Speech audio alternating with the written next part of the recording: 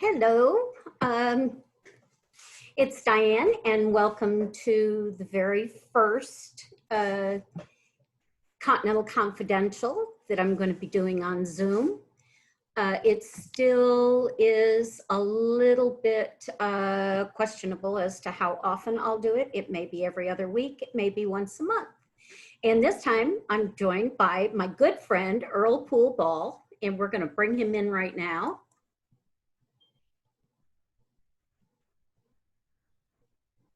There I am. There you are. Yep. Hey, look what you got back there. Hang on, let me turn you up. I'm not getting your voice. Oh, let me turn myself on here. Woohoo. Can you hear me now? I can hear you. I can see you. I can't hear you though. You can't hear me? Wait a minte. There it is, I think. Okay. So, can you hear there. me? Woo, yeah. Got okay. Do I have, is my light okay? It's pretty good, yeah. I can do this, I guess. It might make it a little too glary. I think you're pretty good the way you are, Earl. Okay, all right. Wow, I love your background. Wow. That's perfect. Yeah, I was able to upload a few. You know, I still don't really know exactly what I'm doing yet. Takes a while. I don't either. I don't either, but we'll get through it. Exactly. This is kind of a course in, you know, what to do and what not to do, I think. Don't let me just run on and on. Every once in a while, ask me a question. You got it. We'll do this. Yeah. And actually, I did want to start with asking you, do you write songs? Oh, yes. I've never written a hit, but I wrote a song with Governor Jimmy Davis one time. I forgot to write that down. And I wrote some songs with Joel Sonnier, and I've written some by myself. Some by myself are on the Heybale recordings. And then I wrote some with Gary. Because I think that's something that people don't know about you. You're not just a side man or a front man or an actor, but you're also a songwriter. Oh yeah, yeah, I do that. I do that. When the music hits me, it doesn't hit me very often lately, but maybe it'll start hitting me again. If I had a project to work on, then usually something will come to me then. But yeah, I'm a songwriter. Now tell me, of all of the songs in the world, what would you say is your favorite song? You Are My Sunshine, I guess. Really? Yeah. Well, that's a classic. Yeah, I love that song. So I got so lucky when I was. She must be downtown. She's in somebody else is there. We got people on here with us talking. I'm taking care of that right now. All righty. When I was 17 years old, well, I'll tell you later when you get through doing that. We're good. When I was 17 years old, I was playing the demos. Actually, I was 16. There's a guy in our town named Zeno Goss, Z-E-N-O. He said the name came out of the Bible. And later on, I did read in the Bible where I saw that name. Anyway, took a while. But anyway, Zeno Goss was his name. And he took me to Louisiana with him because he made an appointment to play some of his songs for Governor Jimmy Davis, who was running for re-election. And he had served 20 years before, and he was going to do another term. The Earl Long machine had gotten behind him. And so he asked me to, can you play some piano? Well, Jimmy Davis had always been my father's favorite singer. And my father liked to dabble in politics a little bit, so he liked that part of Jimmy Davis too, because he had been governor of Louisiana. And so I went down and played a bunch of fish camps. But while Moon Mullican had the job. That was his old piano player.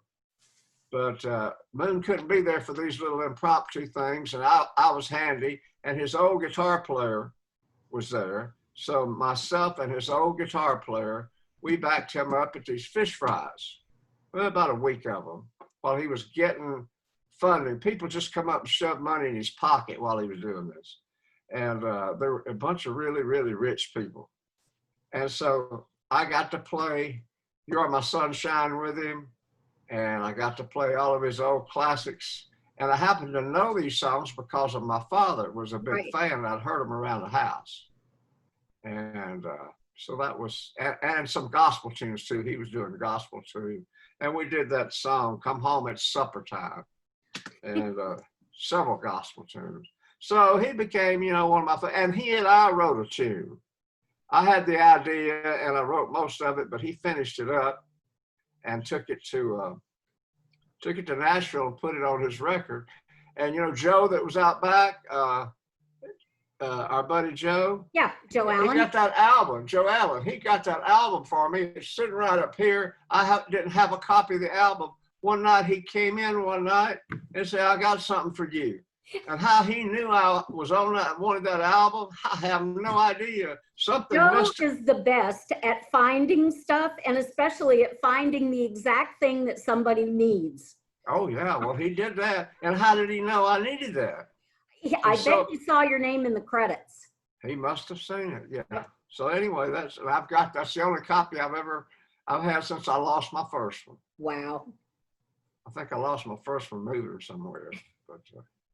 Well, I knew this was going to happen. My cat is demanding to go outside, so I'm going to have to get up and let him out. But yeah, I'm fine. Let's go to the next question, which is, what is your favorite song to sing? Oh, Get Rhythm. The Johnny Cash tune, Get Rhythm. I love that song. And that's a great one. I always loved it. It has to. We do it when we do it with Heybale, we have a great groove with it. Yeah. I mean, Tom Lewis really comes in does a drum thing on it that's incredible. And we really cook that song. We rockabilly it up really good. So I guess that's my favorite song to sing. It's easy to sing too. So now, Earl, take us back to when I get up and go let my cat out. I want you to tell us a little bit about how you got started in your teens. Okay.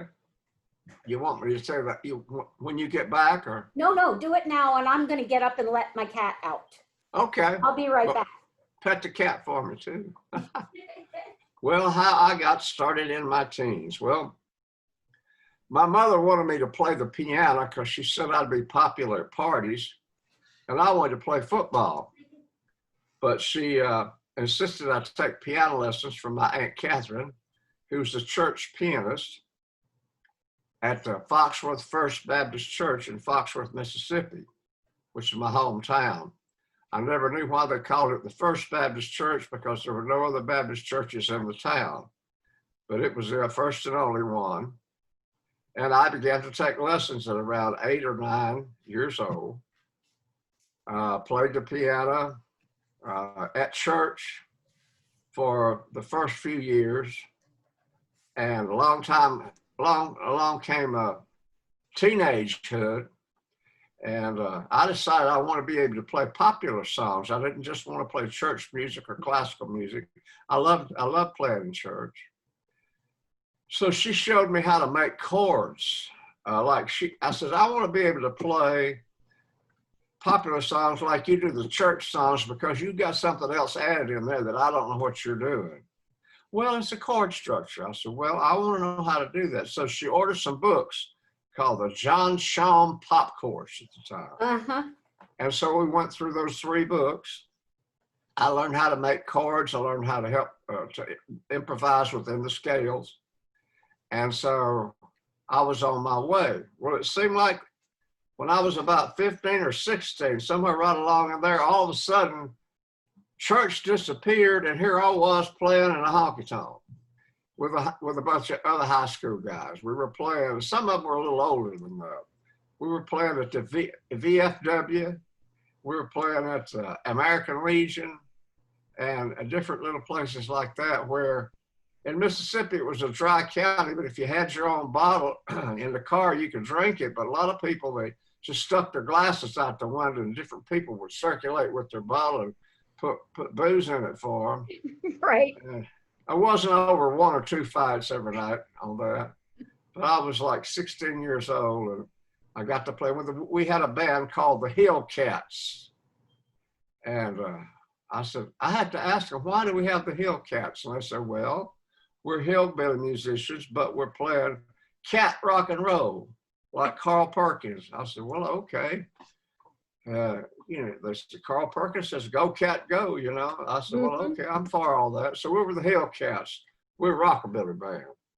And then I got, I hardly ever go to church at this point. I'm mostly in the honky tonks at this point. And I hitchhiked over to Hattiesburg, Mississippi, which was 30 miles away. There was a radio disc jockey there named Jimmy Swan. And he also had a band. And he was on Thursday nights, he had a television show. He'd come on TV, and I wanted to be on that show, so I went over to audition for him because another man from Foxworth was on that TV show, and he recommended me. Well, I got the job. I did that every Thursday night. Every Saturday night, we played a Civic Center.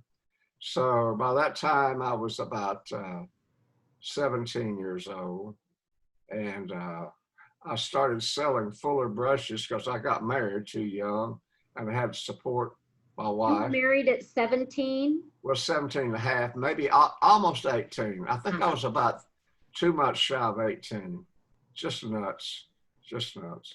So, you know, in Mississippi, it's just people got married young. Right. But didn't mean it was right, but it happened. So, you know, I've made some giant mistakes, and we all have. But music and beer were involved probably in all that.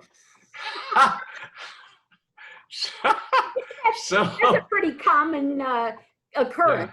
Yeah. And one time I hitchhiked down to Gulfport to in Biloxi area down there to meet the guy where I can't think of his name now. It's where Hank Williams used to go and play down there. And I got to talk to the guy about Hank Williams. And that was a really good night that I did that. But so a little bit later on, that marriage broke up, and here I am playing honky tonks, and I'm not selling Fuller brushes anymore. And Fuller brushes wasn't going to be selling Fuller brushes door to door was quite a trip because these people, these women that would answer the door, they'd say, "Are you the little boy I see on TV on Thursday nights?" I said, "Yes, ma'am." "Will you come on right in?" "Well, I've got a corn cob brush for you, ma'am." I gave them a free corn cob brush, and they felt like they were meeting a celebrity, and I'd sell them something. So you had groupies back then. Yeah, well, these were little old ladies. They were so nice. We enjoyed it. So anyway, then my father gave me $200 and a ticket to Houston, Texas, and told me I need to get on that bus and get away from there. That marriage had broke up, but she'd come back a couple of times. He was awful upset with me because I gave her the car to leave in. And I said, "Well, Dad, the only way I could get rid of her was to give her the car." There's a country song in that one. Oh yeah. So anyway, I wound up in Houston, Texas, with some friends of mine. One of them was named Danny Ray, and his brother, and a guy on drums named Colgate, and a guitar player named Jerry. And Danny Ray sang a lot of Johnny Cash tunes. So that's where I started learning the Johnny Cash repertoire, which served me well later on down the line. I started learning the licks of the Johnny Cash songs there when I was 20 years old. Wow. In Houston, Texas. And we played together for almost 3 years. And Daddy Ray passed away. He had a stomach problem. He passed away, and I got to feeling mighty lonesome just being all there by myself. And I was selling sewing machines at that time to help make it out. I played music 5 nights a week and sold sewing machines in the daytime. So I took made in Japan off the machines and told everybody they were made in Germany. That's what we did. And the Adler Company, they had factories all over. So anyway, after 3 years in Houston, I had saved up enough money to buy me a '57 Chevy, and I drove all the way to California by myself. Wow. With Bobby Bear singing Four Strong Winds on my radio. I remember that song so well. I had two people's names in California. I had Eddie Hodges, whose grandfather, Mr. Red McCaffrey, had sponsored that TV show back in Mississippi, his grocery store. And that's how I met Eddie and his family. He had been a child star, but he was about 18 at that time. And I met, and I had a friend named Dick Stubbs, who was a steel player. Now, that's all the people that I knew in California, but I knew that's where I was supposed to go. Something just told me. And I had a few names of other people, but I never met them.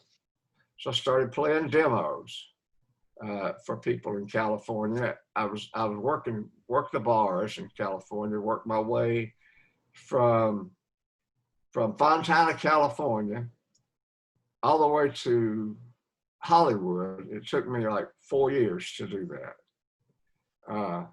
And I spent some time at the Aces Club, where I had a big jam session. And that's where Graham Parsons came out to hear me play. And J.D. Manus told him about me. J.D. Manus, a steel player. Mm-hmm. He and I became friends. We played in the same band together back in those days. We're talking about, what is that, 64, 65 along in there. Uh-huh. And so I'm still playing as much as I can in the honky tonks. So I guess I was working with jam sessions and all, I was working about 6 or 7 gigs a week. And then I started getting some sessions. And a drummer that I played with went to work with Buck Owens and Jerry Wiggins, and Jerry told Buck Owens about me, so I got to get gigs with Buck Owens. I did an album with Mrs. Miller. I played on her album. That was the first album I ever did. Mrs. Miller Sings Country. It's really a classic. Jimmy Bryant produced it. I met Jimmy Bryant. And then I wound up playing on a lot of Buck and the Buckaroos recordings then. And I became busy and was making a good living. I didn't have to sell anything then. I didn't have to get a job selling cars or anything at that point. I was able to, but my wife at the time, the next wife, her name is Sybil, and she lives here in Texas, and she's a good friend, so we often talk. And like she's gonna come down and see Heybale if we ever get back to on our gigs. But and she helped a lot. She worked. She did a lot, and I really thank her for that. So then I went to. So I'm just doing all that. I met Ken Nelson, who was a producer at Capitol Records, and I went to work for the publishing company that he owned along with Cliffy Stone, who was a kind of a big named impresario in California. He'd put on a lot of television shows and things like that. He had been Tennessee Ernie Ford's manager and had produced that show. And he had a publishing company, and he asked me to go to work for his publishing company, pitching tunes, and so I did. So I pitched Try a Little Kindness to Glenn Campbell, who I'd met in Texas because his brother was a big fan of it. He came out to that little club where we played. Uh-huh. Glenn's brother and I were friends, and so when Glenn would come to town, he'd bring Glenn out to the little honky tonk, the Silver Dollar Lounge, and Glenn was sitting with my band. So Glenn knew me already. So I said, and Bobby George, not Bobby George, but the guys that wrote Try a Little Kindness brought it into Cliffy's office, and they said, "Can you get this to Glenn Campbell?" Because Glenn was always going on Joey Bishop's show, and Joey Bishop was always saying Try a Little Kindness. So they got into it one night in a writing mode, and they wrote this song Try a Little Kindness, but it lacked a verse, like one verse. They lacked the last half of a verse. So I said, "I'll fix that somehow." But they cut a good demo. So I called, I didn't know for sure I could get into Glenn's office, but I told him I could. So I called over there and I told him who I was and what I wanted, who I worked for. Turns out Glenn had been on some of Cliffy's shows, and I didn't even know that. But it turned out that Glenn had a nice attitude, a very nice attitude towards me and towards Cliffy Stone, who ran that publishing company. So I took that song over, and Glenn said, "It lacks that last half of that verse, doesn't it?" I said, yeah, it does. So he and I wrote the last half of Trial of Kindness, the last half of verse. And he recorded it. And it became a big hit. And a song that he did a lot of places. In fact, you can find it on YouTube, several versions of him doing that song. So that, and also I helped with the demo with Jimmy Bryant and of the song Only Daddy That Walked the Line. And I pitched it to Waylon one time when he was in town. And then I think another guy in Nashville pitched it to him. So it came at him so many different ways, he decided to record it. And then I took the female version over to Linda Ronstadt, and she recorded it and had me play the piano on it.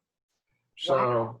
Yeah, so I had all that going. About that time, Ken Nelson at Capitol Records decides he wants to take it a little easier, so he hires me to listen to songs and to talk to people. So I got that bumped up. That was really nice. I went to work for Capitol Records, and I was real happy with all that. But everybody at the office in Nashville quit, and he transferred me to Nashville, and I didn't want to go. I was very happy being in California. While I was there, before I left, I recorded the Sweetheart of the Rodeo album with the Byrds. I recorded the Graham Parsons record with the International Submarine Band called, what's the name of that record? So Safe at Home, the International Submarine Band, Safe at Home. Recorded that record with him and got to know him. We just sit around and have some visits every once in a while, but mainly dealt with him in the studio. And he would come out to the jam sessions out at the Aces Club and sit in and play. We might have got a little stoned out there doing that. So that record came out. It didn't do a whole lot. I had no idea it was going to be the trendsetter later on down the line, that it became kind of an iconic record. Right.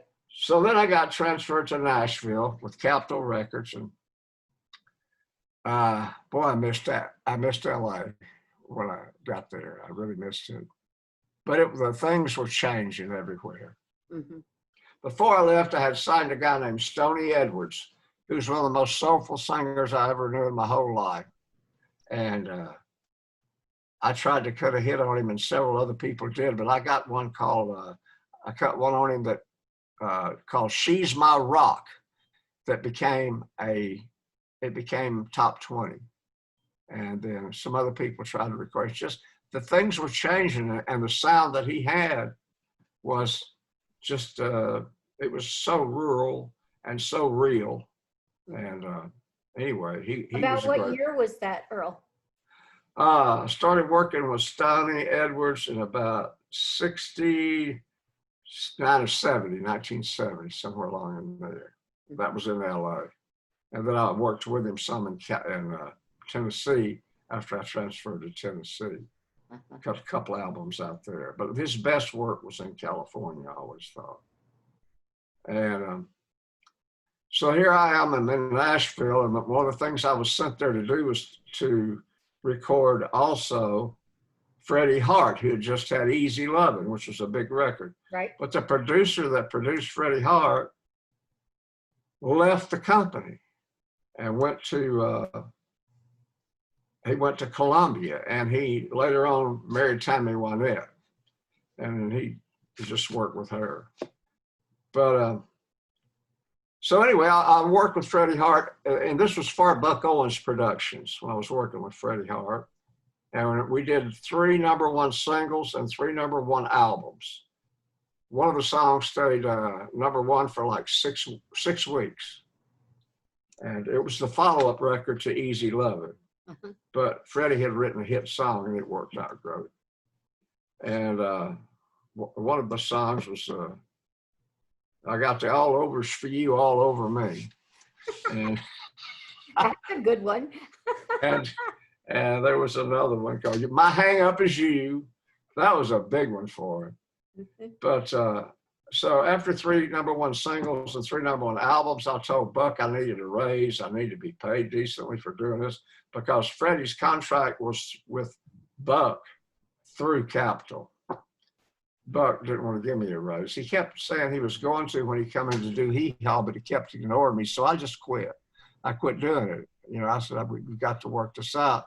Well, that didn't sit too well with Capitol. So they let me resign, which at the time I didn't know about there was a company, there was a government program to protect me in all these kind of situations.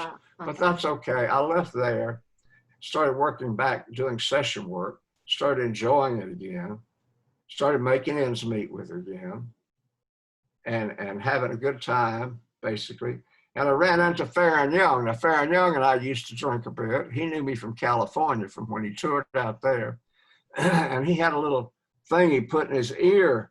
Every time he wanted to drink, he'd twist this thing in his ear. I think an acupuncturist put it in there, but it didn't work. And so, so we partied a bit. And then Farron, I walked back up one night. He was putting a club in, and I walked into his club where he was putting this club in. I just went inside. I didn't know he was there with the guy that's going to manage it. And I just said in an offhanded way, because I didn't figure it would happen. I said, "Hey, Farron, you put a piano in here, I'll come play it for you."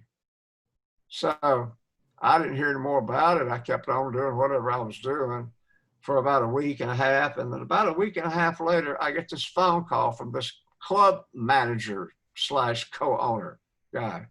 He says, "Hey, Mr. Ball, so I got your piano in here. You want to come down and check it out?" I said, "What piano? Who are you again? You giving me a piano?" He said, "No, it's at the club here, at the Farron Young Club." "Oh, really? Oh, yeah, you said you'd play it." So I came down and I sat down at the piano. It was a good piano. So I started working 6 nights a week at that club. But you could get off to go work sessions if you had a session. There was no problem with that. And I had a really good time playing that club. Along about that time, I'd also gotten a recording session with Johnny Cash. And the way that I got that job was his piano player was out of town and Pig Robbins was busy. So they called me, and his producer happened to know me because I'd played on some Harlan Howard sessions for him. And he was Harlan Howard's producer of his demos. So he called me because he figured I could do it. And so I went down there, and Johnny said, "Hey, on this tune here, can you play me a little bit of that Sun style piano?" I guess nobody had done it for him since Charlie Rich. And I said, "Well, yeah, I can do that." And I could do that because of that 3 years that I did it in Houston, Texas with Danny Ray. So he started off on this tune, and I started playing the old Sun style piano. And he said, "Oh, wow." So evidently it was right. The next session, the next day, when I went back we were recording for about 4 days. He was doing an album. He said, he sent the guitar player over to offer me a job. And I said, "Well, I got to think about that. Let me think about that." And I did need to think about it because I didn't know if I wanted to go on tour or not. But I was in the process also of working on my marriage at the time. This was yet another marriage. And I haven't been married since now, but it was the third one. And You got it all in early. So yeah, I did. So I tried this. I had been going to this marriage counselor, and I went for the third time alone. Nobody would go with me. And the guy says, "Mr. Ball, you keep going. You keep coming in here." I went 3 times because it was on my insurance that they would pay for 3 times. He said, "Mr. Ball, you keep coming in here by yourself. Your wife doesn't want to come. I don't think she wants to be married to you. Why don't you get a divorce?" said, really? She said, I said, well, okay, maybe that's what I should do. Or maybe I should just go on the road and see if I missed. So I thought, that's what I think I'll do. So I left there and I went to a station, a service station. It was an Esso station. I remember it was back before cell phones. They had a payphone outside. And I picked up the phone and I called Johnny Cash's engineer at the studio because he knew me and I knew him. Because I couldn't find the number for Johnny. I didn't have it with me. And I don't think I ever had it at that particular time. I was working through his secretary, who was always busy. So I called the engineer and he said, I'll get the message to him. So he called me about 3 days later and he says, well, we tour in limousines, which I found out were town cars. We tour in limousines and I'll start you out at so much a day. And we fly into the big towns. We work around a cluster around the towns, then we fly back to Nashville. So, okay, sounds good. And so I started that and I did that for 20 years. And that's in a nutshell, an elaborately long, big, fat nutshell is that life. And then when they retired, I went to Branson for a few months and then I came here. How'd you And like I've been here Branson? producing. Oh, it was No, great. how'd you like Branson? Branson was not my town. Mhm. It was not Willie Nelson's town, and it wasn't Earl Haggard's town. It's not my town. Yeah. The way that I was there, Johnny thought it was his town too, and turned out it wasn't. He even had a theater there with the guy from Las Vegas, Wayne Newton. Wayne Newton. We played the Wayne Newton theater. It was a Wayne Newton situation, but we were the summer replacements or the fall replacements or whatever. Uh-huh. And so, but Johnny really gave it to go there. He even had a preacher there with us. When he had a preacher friend that wouldn't go take care of his flock. He wanted to be on the road with Johnny, so he come to Branson, and he was a good guy and a good preacher. And so Johnny gave him the job. We do gospel tunes at the end, and he would go and stand at the give like an altar call. He'd say, friends, if you got family or loved ones with alcohol or drug problems, he said, our buddy Jack, Reverend Jack, is standing right down there at the end. And after we conclude with our gospel tune, feel free to come up and talk to Reverend Jack. Wow. I just got a sign on my machine that says we're upgraded and includes unlimited minutes. Wow. Yep. Should I hit the OK button? Yeah. Okay. Well, somebody liked us out there. Somebody up there liked us. It's hard to get it all in. So that's what happened there. And but he decided didn't like Branson after a while. So Uh-huh. and I went there because there's a lady there who was a big fan after Johnny quit touring. And my friend Peter Bogdanovich, I had been doing movies with Peter. I did 3 movies with him. I did The Thing Called Love, They All Laughed, and Texasville. And then about the time that Johnny retired, Peter moved to New York. So I didn't have that to play on for work. I didn't want to be an old, semi-retired, broken down in the back piano player waiting on tables, waiting on a break in Hollywood. So I figured, well, I just need to go to Branson and figure out what I want to do next. I did go through Nashville to see if I wanted to be there again. And I saw right away it was a young man's and a young woman's town. It was the youth, and I was no youth. So I went to Branson to be with the other old folks. And I was there for six weeks. I got to open, 6 months. I got to open for Roy Clark. I got to play with a show that some sisters had put together there. And I got to play in a honky tonk after those shows at night in a place called Beverly's. It was a really, really, really, really fun honky tonk. It was back like the good old days. Uh-huh. The guy who played guitar was Charlie Pride and sang. He was the guitar player. Mickey Gilley's drummer was a drummer, and he sang. Another guy played guitar. He played several different kind of guitars, and I was on piano, and I enjoyed that band. It was a really good band. But that was about all the enjoyment I could stand. That was all the rest of it. So they came. Johnny then gives me a call. I hadn't heard from him in 6 or 8 months. He gives me a call and he says, "Hey, they're going to do a big tribute show to me on TNT in New York City, and I want you to be there, and I want the rest of the band to be there. Will you come?" I said, "Well, I'll have to try to find somebody to fill in for me here. I got this job." He said, "Oh, I got a book full of names. If you get fired, don't worry about it." I said, "Okay." "I want you to be there." So I said, "Well, I have to go." I decided I have to go. So I go to these people. There's some sisters that own that club. It wasn't a club. It was a dinner theater. And the way I was hired, I would show up in a tux.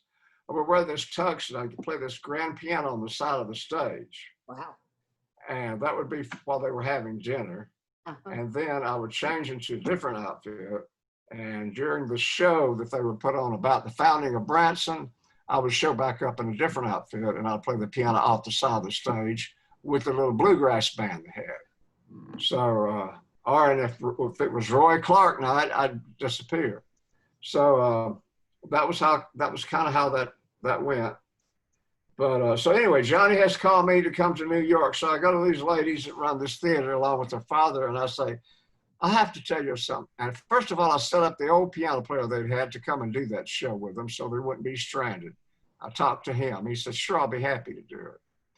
So I went to him and I said, "Johnny Cash has called me. He wants me to come up to New York and do one last show with him. And so I want to go do it. And I've got a fill-in set up for me." And they looked at me and they looked at each other and they said, "Well, you can't do that to us." And I said, "What? No, you can't do that to us." I said, "Well, you don't really need me then. I'm going to New York." So I went to New York, stayed up there for a week, just hanging out. All expenses were paid by this television show. They paid me really good. And we played 2 songs. And so after that, I came back to Branson and I packed up and I went by to see W.S. Holland, Johnny's drummer, in Jackson, Tennessee. And then I came on to Austin where Dale Watson had been trying to get me to come for years. And so I got here on June the 19th, 1999. And I've been here ever since. And I joined the Heybale band that next year, or somewhere along in there, because we've been there 20 years. Yep. It would be 21 now if we were still rocking. Mm-hmm. But it was so glad to see Tom Lewis. He'd moved back, and Red moved here, and I met Gary Claxton and Kevin Smith. And what a great band we had. That's for sure. And so it's been, so now we're in a pandemic. And I'm staying home a lot because I'm in the high risk category. Right. Every once in a while, I want to go over to New Mexico. I play with a good friend of both of ours, Joe West. Joe West. When I'm over there, and we have a lot of fun, Uh-huh. a lot of laughs. And but I don't know when I'm going to be able to go right now, because if you go over there to play music, first of all, you've got to put yourself, quarantine yourself for 2 weeks before you can do anything. Well, you can certainly spend all your money in a motel for 2 weeks before you make a dime. So That's right. And then you still don't know how much you can do, because it's just not safe out for me. Right. And I don't want to. But I love Austin. I just have so Steve and everybody at the Continental Club has been so nice to let us be there. It gave us lots of time to build up a good crowd, and just as it's just been an idyllic situation to be at the Continental Club. I had so much respect for it, heard so much about it, and I'm glad that I was able to be a part of a good thing going there. We've all been very blessed to have you as part of it, and to have Heybale in general, you know. Oh yeah. And now, and I always refer to it as our resident superstar country band, because everybody in the band has a pedigree, you know. And of course now Red has moved and Dallas has moved, and so we've got new people in the band, and it sounds great. It's still, you know, traditional and honky tonk, and the dancers love it, and you know, it's not lacking for anything. Although, you know, everybody of course misses Red and is going to be missing Dallas, because unfortunately Dallas and his wife moved after the close down, you know. So when we were seeing him with the band for the last time, nobody knew that was going to be the last time. No, nobody knew. Right. And of course, as he said, you know, he'll be coming back to Texas, and hopefully he'll be able to be here on Sundays once in a while so that he can sit in. And that would be just great. Yeah. That would be just great. And Tom always puts a good band together. Yes. Whenever somebody has to be gone, yep. He always gets top shelf people to come in and play. Absolutely. It's always a good time. Yeah. It's always a good time. He's very generous with me. You know, when you get a little older like I am, you like to travel and go places and do things. And, right. And I'm always able to get some time away. But this is my home base, and always will be. But sometimes it's good to get away, and it's nice to be in a band where you can do that. Right. And you can come back in, and we have some loving fans and people that seem to really like what we do, and thanks to Steve and the Continental, we were given time to build it, and it's on my resume. I mean, I've been with this band as long as I've been with Johnny Cash. Right. 20 years each, and then I was 10 years with a guy named Lucky Tom, a really, really generous guy, and we had a great band that way too. So I've been very lucky. With Lucky as well. Yeah, Red did too. We were very, very fortunate to work with him. He's a very generous man, and we had a lot of fun. We traveled a lot of places with him too. Not anything ridiculous, just enough to make it fun. He liked to travel, and but I do look forward to. I mean, this is not the way I envision my ripe old age here, sitting around the house. But it'll be better. It'll be back. It's going to be different. It's always going to be different. But especially after this, the way that. I mean, I just looking at this background you've got, it just makes me so sick, so homesick for being down there. And yep. And and I miss seeing you every Sunday night, and then on Mondays when I would go down to see Dale Watson. I sure miss you. I miss those Sundays and Mondays. You know, I kind of.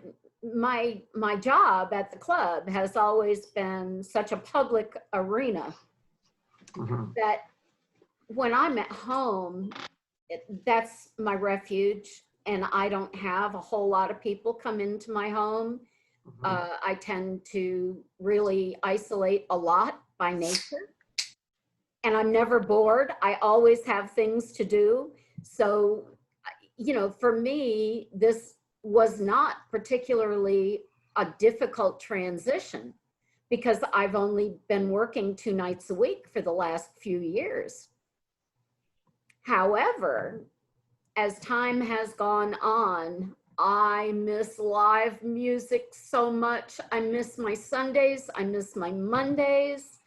You know, Sundays, to be able to have you guys and then be there for Willie Pipkin and whoever he has for his guests. He always has amazing guests. Oh, yes, he does. And a lot of times it's Emily Gimble, which is Yes. top notch. Oh, wow. So having you with Heybale and then having Emily play with Willie, that's like, you know, the trifecta of the day is to have, you know, the two of you being up there one after the other. For somebody who loves piano and used to be a piano player, you know, there's nothing better than to hear the two of you back to back. Well, thank you. Thank you. And then Mondays, you know, with the Peterson brothers followed by Dale Watson, my Sundays and Mondays just couldn't get any better than they were. But I also am high risk. And so even when we open the doors, there is no guarantee that I'll be able to go back to work right away. So, and you know, that kind of messes up my idea of getting into the Guinness World Book of Records for having been the longest female bouncer. Longest and oldest. In February. So if we go back to work, I don't know, in the spring, you know, not many women are ever actually bouncers at 70 years old. So see how that goes. Well, I've seen you bounce them and you do it real easy to them. Well, thank you. They'll never get bruised the way you do it. The only thing that'll get bruised is their ego. Well, yeah, I try to be a little gentler about that than I used to be. Yeah, yeah. I've noticed you lightened up in your older age. Oh gosh, yes. I had to. Well, you know what? Once that pool table moved out and we got a different pool table in, see, the whole thing is we used to have this Irving K pool table. They only made probably about 300 of them in New York City. And Texas happened to have a whole lot of them. And so the one that we had was actually a survivor when there weren't a whole lot of them left. And so it was a classic, it was a lion's head model. And so it was kind of special. And I was very proprietary about that pool table. And so if anybody put a drink on it or put a on it or anything, I'd be jumping all over them and I'd be all worked up about it. And once the pool table moved to Steve's garage, then I let all that go. Not just a real average kind of pool table now, right? No. That's so funny. I never knew that. Yeah. So Earl, now you've played with a lot of big names, but what I would like to know is, who is your favorite other sideman to play with? Whew. Or is there a favorite? Well, let's see. I have to figure out.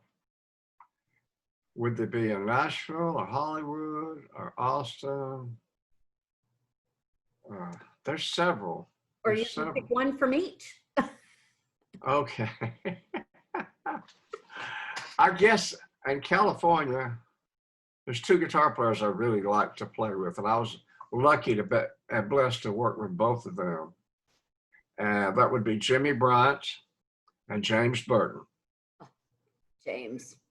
Yeah, I've been really lucky working with guitar players. And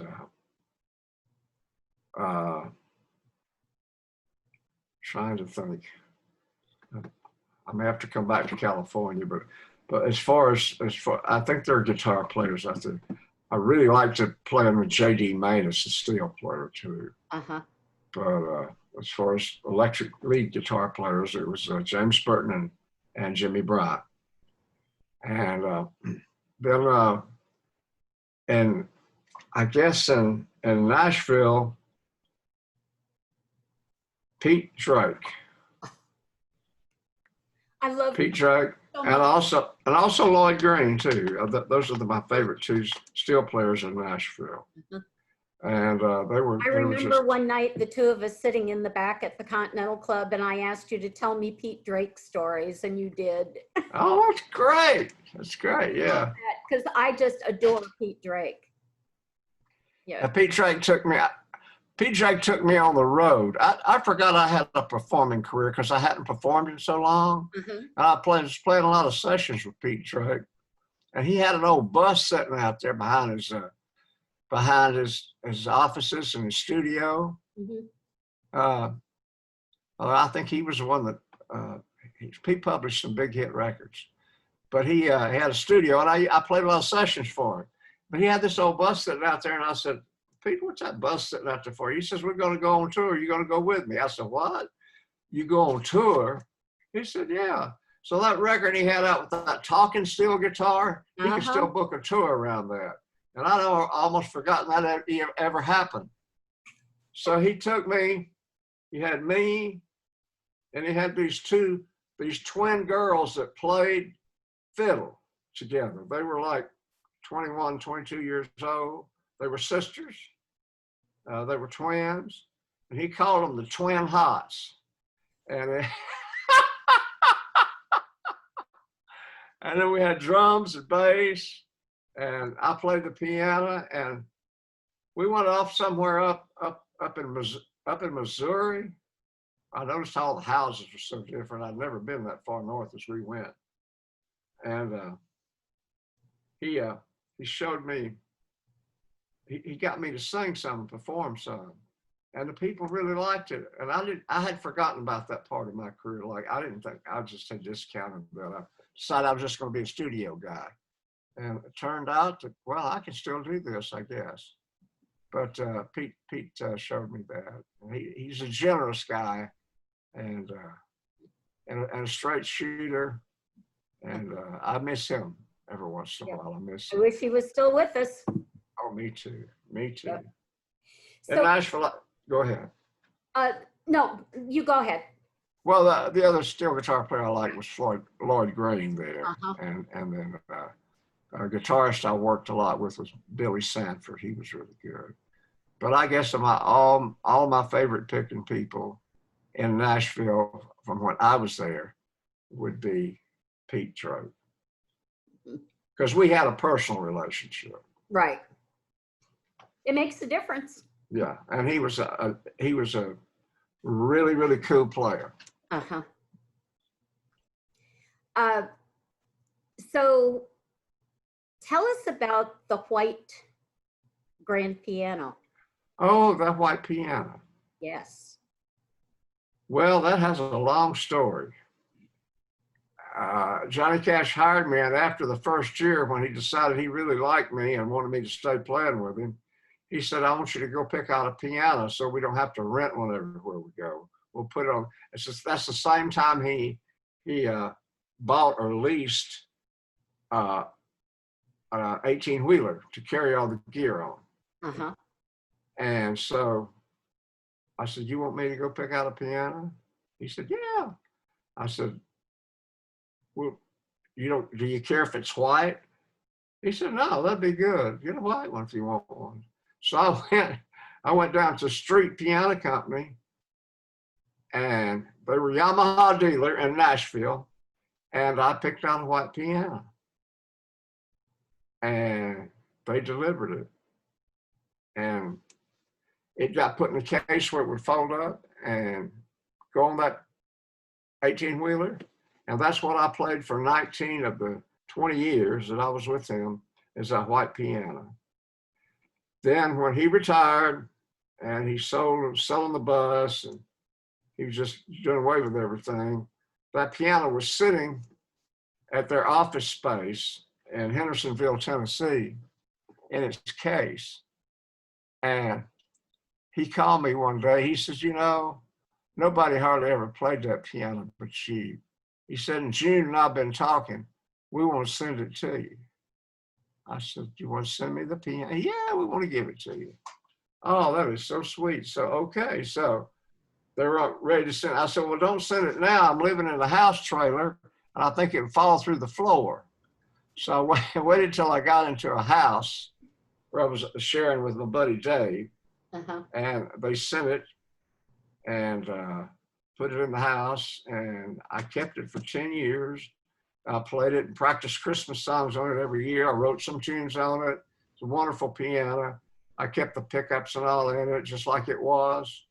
And it's I kept it tuned in good shape, good repair. And it was something that, so I spent 29 years of my life with that piano. And about the time I got old enough that I figured it needed a better home, somebody that would even play it more or could appreciate it. There's this guy that was making an alternative. We know about alternative facts now because we've heard about that in politics. Right. This guy was making an alternative Johnny Cash museum. And he had lots of money. And he was collecting things like Johnny's Mercedes and pictures, and he bought Johnny's farm, and he bought a place that was a museum, another museum in this little town where he had lived, close to his farm, where he used to put on little local things with the local talents there about once every summer. And so he wanted to buy the piano. So I made him a decent price and for me, and he paid it. And he sent a semi to pick it up, a piano hauling company. I never knew there was a company that only did that. Wow. They move grand pianos from one part of the country to the other. They showed up out in front of the house here with these people that do this for a living, and they took it apart and put it in they put it in a good position. They fixed it good and delivered it to that gentleman. And it's down there now at this museum, which is closed for COVID right now. And I don't know when they're going to open back up. But that was a blessing for me because it was like, musicians don't save their money like they should. Right. A lot of people don't, not just musicians. Sometimes you don't make enough to get by anyway. But I had saved some. But selling this piano, as bad as I hate to see it go, it has served its purpose for me. And it needed to be where people could see it and come and admire it, and maybe somebody play it every once in a while. And so that's what it was doing down there now. And he offered me a job to go down there, but I didn't want to leave Austin. I didn't want to go stay in that little bitty town. Right. And play for the few tourists that would come in there. That just wasn't what I wanted to do. Mm-hmm. But he has a piano down there. So maybe I'll see it again one of these days. I've heard some people might want to buy that thing the whole thing out from that place, because this is a big blow for people that are depending upon tourists to come through and see a museum and a farm and all like that. It's a big blow because they got to shut down right now. So we'll see. We'll see. I'd love to see it again and play it again. It's a beauty. That's the story. That's how I came to have it. And I picked it out at church. It was a street piano company in Nashville, Tennessee.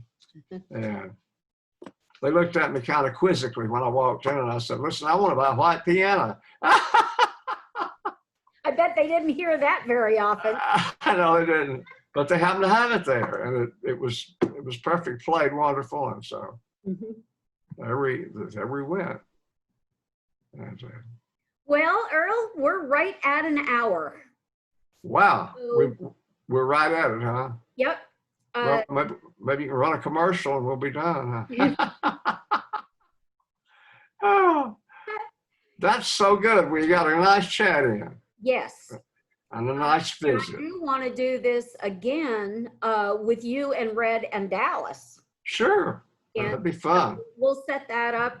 I've still been undecided about whether I'm going to do it once every 2 weeks or whether it's going to be just once a month. Because honestly, right now, I've been so busy with my art I haven't had much time for anything else. Oh, that's great. I'm glad that's coming along so good.